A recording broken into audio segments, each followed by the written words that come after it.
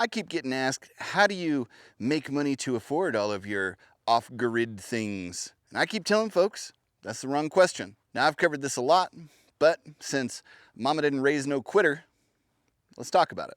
In the immortal words of the late 20th century warrior poet and philosopher, Sir Lucius Leftfoot, aka Big Boy of Outcast fame, I heard it's not where you're from, but where you pay rent. Then I heard it's not what you made, but how much you spent. You got me bent like elbows.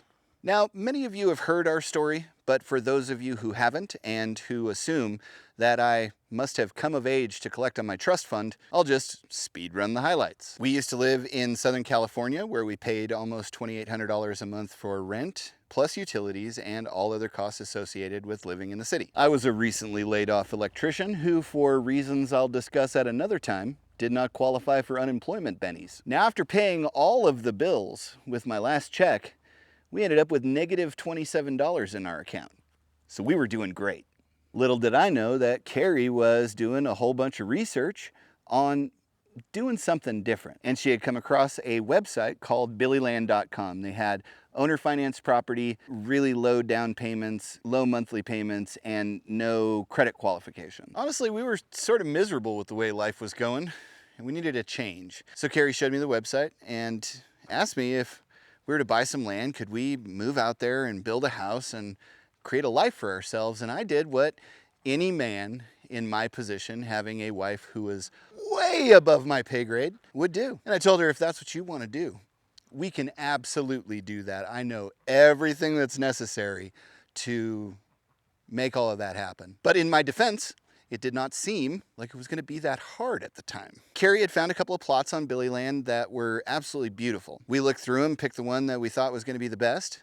It had a $300 down payment, but we were still negative in our bank account, so we had a yard sale. From that yard sale, we made just enough to be able to pay for the down payment on the land. We put the money down. We got a call from Crystalline at Billyland.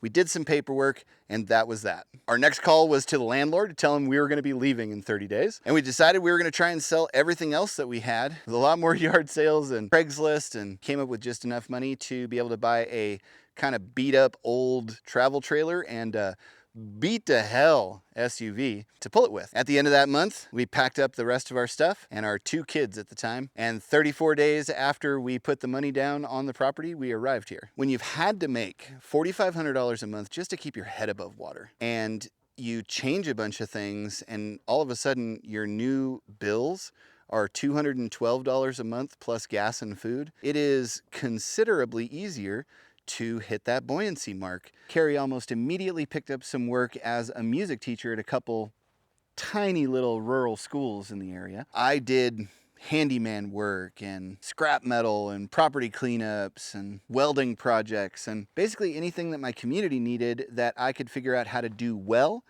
and at a fair price, I would do. Making a small amount of money consistently is super easy to do, especially when you can work out a way of making yourself valuable to the community. And the secret to that is just budgeting some time to contribute to it. Over the years, maintaining an extremely low cost of living, we've been able to save money here and there and use that money to establish the systems that we have out here. When we needed more money, we would work more, or we'd go pick up a job for a period of time, which you can do even when you're way out in the middle of nowhere. We super roughed it at the beginning, but now we have all the things that we want, and working for money to cover the expenses literally takes us 4 to 6 hours a week. For those of you who look at my follower count and just assume that the way we did this was with that TikTok money, all of that started at the end of last year, and we started this lifestyle in 2012. So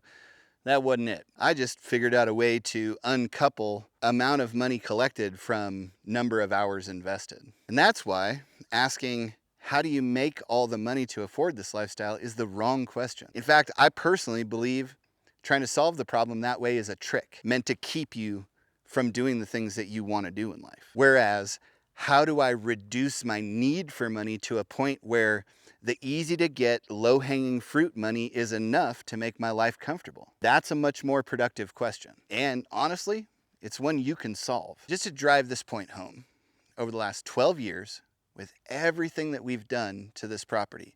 The house, the solar, the shop, any improvements we've made to the property.